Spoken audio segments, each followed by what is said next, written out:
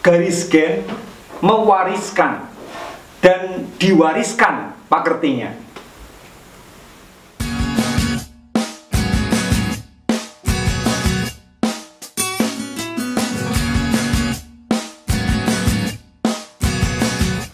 Saya pernah mendengar sebuah kisah nyata ya. Ada seorang ibu yang merasa sumpek sekali punya banyak anak. Karena itu adalah ibu di zaman dahulu, masa-masa tahun 50-an, di mana makanan saja itu masih jarang orang bisa menikmati makan kenyang. Kemakmuran belum seperti sekarang.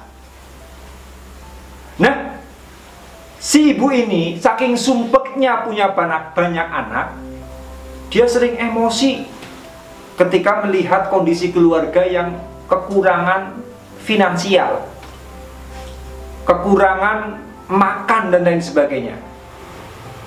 Dengan emosi suatu ketika dia itu nyeplos, dia ngomong keceplosan. Hei anak-anakku, kalian itu jangan punya anak banyak-banyak. Kalian gak usah punya keturunan, gak usah punya anak. Karena punya anak itu sangat repot. Memikirkan begitu banyak tanggungan. Kalian jangan punya anak. Dia keceplosan ngomong seperti itu di depan anak-anaknya. Dan hasilnya Masya Allah, semua anaknya itu anak perempuan. Ternyata anak-anak ini di masa depan ini tidak ada yang bisa mengeluarkan cairan pelumas pada vaginanya. Ketika melakukan hubungan senggama, anak-anaknya ini tidak ada yang bisa mengeluarkan cairan pelumas, sehingga tidak bisa melakukan hubungan seksual. Dibawa ke dokter sana, ke dokter sini, tidak ada yang berhasil. Dan akhirnya terputus. Hubungan garis keturunannya itu terputus. Karena apa? Karena ucapan yang keceplosan dari seorang ibu. Nah, kenapa dalam kehidupan dunia ini ada fenomena-fenomena seperti itu? Ada juga cerita yang lain. Pernah ada seorang pejabat negara, mungkin dia seorang camat. Waktu itu negara baru saja menerapkan program wajib KB. Jadi sedang gencar-gencarnya kampanye keluarga berencana. Nah, si pejabat ini kalau melihat ada keluarga beranak banyak, dia mencaci maki. Seolah-olah itu adalah suatu keburukan yang luar biasa. Bencinya luar biasa dengan keluarga yang punya anak banyak. Nah, dia sering ngomong yang tidak dia sadari. Kerap mencaci maki, kerap mengolok-olok. Ya, dia mengatakan orang yang anaknya banyak adalah orang yang uduk, orang yang ketinggalan, dan lain sebagainya. Anggapannya itu, bencinya itu luar biasa kepada orang yang punya anak banyak.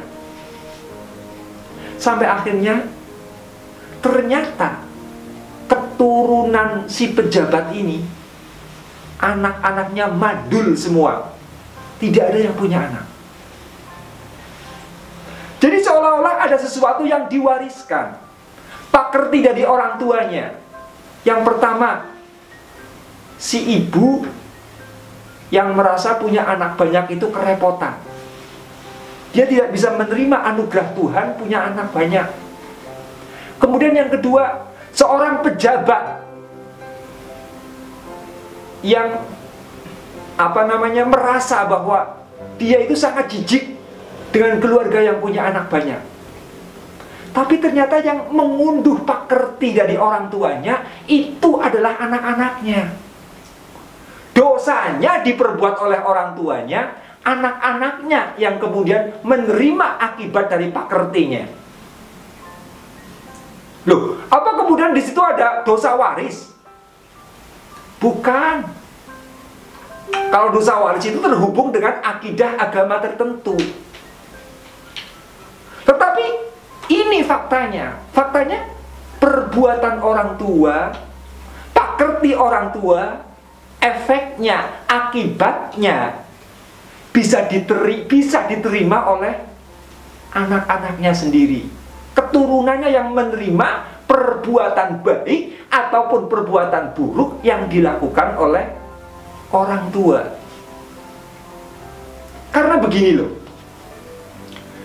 hubungan anak dengan orang tua ini bukan cuma hubungan sebagai makhluk sosial, tapi hubungan darah yang mengalir, jiwa raga yang mengalir. Kalau orang tua Anda meninggal, dia punya harta warisan. Yang menerima limpahan warisannya adalah diri Anda sebagai anak. Nah, sekarang kalau orang tua Anda itu meninggal dunia, mewariskan hutang, siapa coba yang menanggung hutangnya? Anak-anaknya. Hutang diwariskan, kekayaan diwariskan, kemiskinan juga diwariskan. Kalau orang tua Anda itu miskin, tidak punya, dia meninggal dunia, itu diwariskan kok kepada anak-anaknya. Maka ini menjadi wajar. Bukan cuma yang enak-enak saja, bukan cuma kemudian cuma sekedar harta benda yang diwariskan. Tapi seluruh jiwa raga yang mengalir dalam tubuh anak, dalam tubuh orang tua, seluruh aliran darah diwariskan kepada anak-anaknya. Bahkan penyakit juga diwariskan. Ada penyakit-penyakit yang jenisnya memang penyakit keturunan. Paru-paru, eksim, jantung. Penyakit-penyakit itu semuanya diwariskan. Padahal anaknya tidak melanggar apa-apa, tidak melanggar kesehatan apapun. Jantungnya rusak, dia tidak pernah merusak jantungnya. Bahkan mungkin dia tidak merokok, tapi bisa terkena jantung. Karena apa? Ada warisan dari orang tuanya. Paru-paru, liver, dan lain sebagainya. Jadi memang ada jenis-jenis penyakit yang diwariskan. Coba, si anak berbuat dosa apa mendapatkan warisan penyakit? Ini loh, jadi segala hal itu diwariskan. Karena yang namanya anak, hubungan dengan anak itu adalah hubungan darah daging. Kalau Anda cuma hubungan sosial dengan anak Anda, masalah mudah diselesaikan. Misalkan hubungan sosial Anda dengan karyawan. Begitu si karyawan itu sudah tidak cocok dengan Anda sudah tidak cocok dengan karyawan Anda, kemudian dipecat, masalah selesai. Hubungan sudah selesai, tidak terputus. Atau mungkin saya dengan para santri.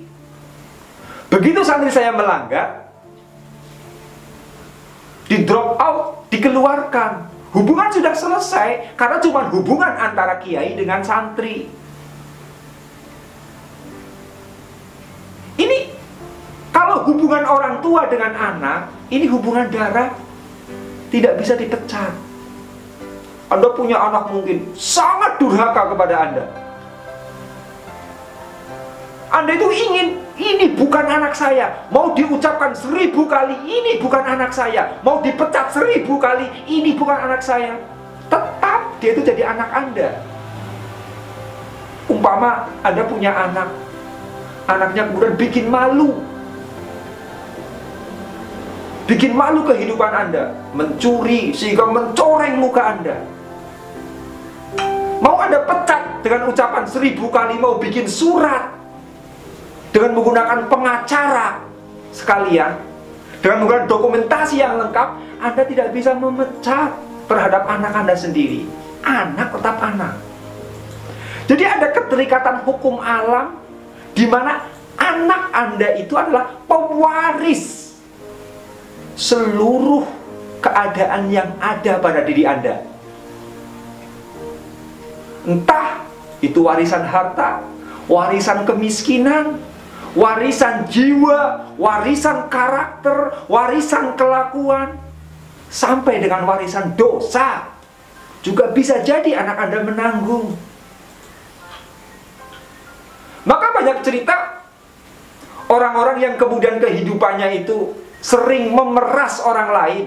Misalkan semasa hidup dia itu menjadi seorang rentenir yang begitu tega kepada orang miskin. Akhirnya apa? Anaknya yang mengalami kehidupan miskin. Anaknya yang menerima akibatnya. Ini karena apa? Pakerti itu diwariskan. Anda yang berbuat, si anak yang kemudian ngunduh wohing pakerti, mengunduh buah daripada pakertinya. Jadi ini adalah resiko hubungan darah. Segala hal itu diwariskan. Nah, kita itu lahir ke dunia ini pasti melewati orang tua, pasti melalui garis keturunan. Maka jangan kaget kalau kemudian ada hal-hal yang memang diwariskan dari orang tua kita. Bisa jadi orang tua kita yang melanggar, kita yang harus menanggung, kita yang harus menerima hukumannya. Ini apa adil? Ya adil. Karena apa? Karena hubungan darah itu.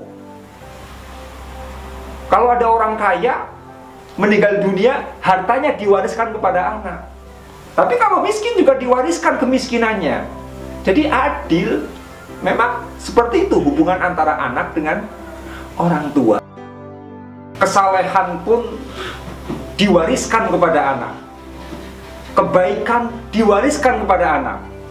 Spiritual juga diwariskan kepada anak. Ya ini, adanya hubungan gen secara pakerti. Yang namanya Nabi Isa, begitu lahir, langsung mengeluarkan keajaiban. Masih bayi merah, dia bisa bicara. Begitu dia lahir, langsung mendapatkan mukjizat. Apa ini barang gratis? Tidak. Nabi Isa mengunduh warisan pakerti dari orang tuanya. Dewi Maryam ibundanya, dia itu seorang perawan yang sangat suci, tidak pernah maksiat, selalu hidup menyucikan diri. Hasilnya anaknya yang menerima pakertinya. Belum lagi gen-gen di atas Dewi Maryam, gen-gen di atas Bunda Maria. Ada Nabi Zakaria, ada Imron, ada Nabi Yahya, dan lain sebagainya. Gen-gen di atasnya semuanya mewariskan nilai-nilai spiritual yang tinggi kepada seorang Nabi Isa. Sehingga begitu lahir, begitu Nabi Isa terlahir, dia langsung mendapatkan warisan mukjizat, mengeluarkan keajaiban. Jadi ini kesalehan pun, kebaikan, semuanya diwariskan kepada anak, termasuk keburukan, itu juga sama, diwariskan kepada anak-anak Anda. Nah, maka ini yang namanya cita-cita seseorang, itu ada yang melanjutkan, ada yang meneruskan. Bapak saya dulu itu punya cita-cita ingin menjadi orang yang alim, menguasai keilmuan-keilmuan pondok pesantren. Tapi bapak saya ini anak yatim dari kecil, ditinggal mati oleh ayahnya di usia 3 tahunan. Akhirnya ayah saya diasuh oleh ibundanya sebagai single parent. Diasuh oleh janda, ditambah miskin lagi.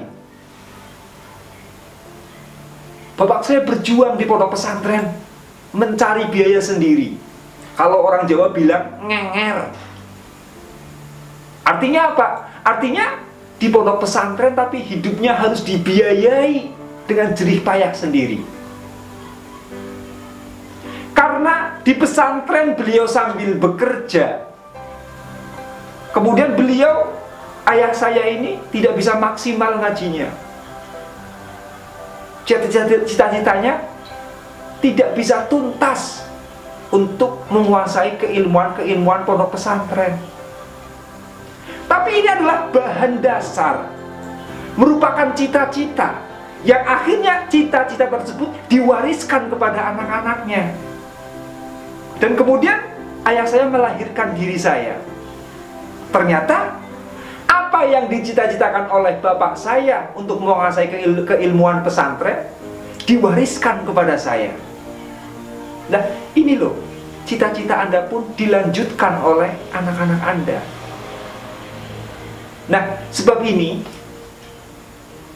kita harus menyadari bahwa kita tidak hanya mewariskan harta kepada anak-anak kita, tapi pakerti-pakerti kita juga diwariskan. Kesalehan diwariskan, cita-cita diwariskan. Maka kalau saat ini Anda punya doa, saat ini Anda punya cita-cita, ternyata belum juga tercapai, jangan pernah putus asa. Bisa jadi yang mengunduh cita-cita Anda itu nanti anak cucu Anda. Saat ini Anda ingin berkeinginan baik, saat ini Anda ingin sukses, tapi belum tercapai, masih saja sengsara hidupnya. Nanti anak Anda akan melanjutkan cita-cita Anda, dan dia yang akan menerima kebaikan-kebaikannya. Maka ini ya, seorang pengusaha biasanya melahirkan seorang pengusaha, seorang pejabat melahirkan pejabat, seorang ulama melahirkan ulama. Ini rata-rata, tidak semuanya memang, rata-rata. Karena memang cita-cita itu, karakter itu juga diwariskan kepada anak kita. Nah, yang paling harus kita waspadai adalah keburukan-keburukan kita, dosa-dosa kita, pakerti-pakerti buruk, kutukan-kutukan kita. Itu bisa jadi anak Anda yang akan mewarisi. Jadi berbuatlah baik dari saat ini. Karena apa? Kebaikan-kebaikan dalam diri kita semuanya akan diwariskan kepada anak-anak kita. Dan cita-cita Anda yang saat ini belum tercapai, doa Anda yang saat ini belum dikabulkan oleh Allah, belum dikabulkan oleh Tuhan, bisa jadi anak Anda yang akan menerima pengabulan tersebut. Maka jangan pernah berputus asa.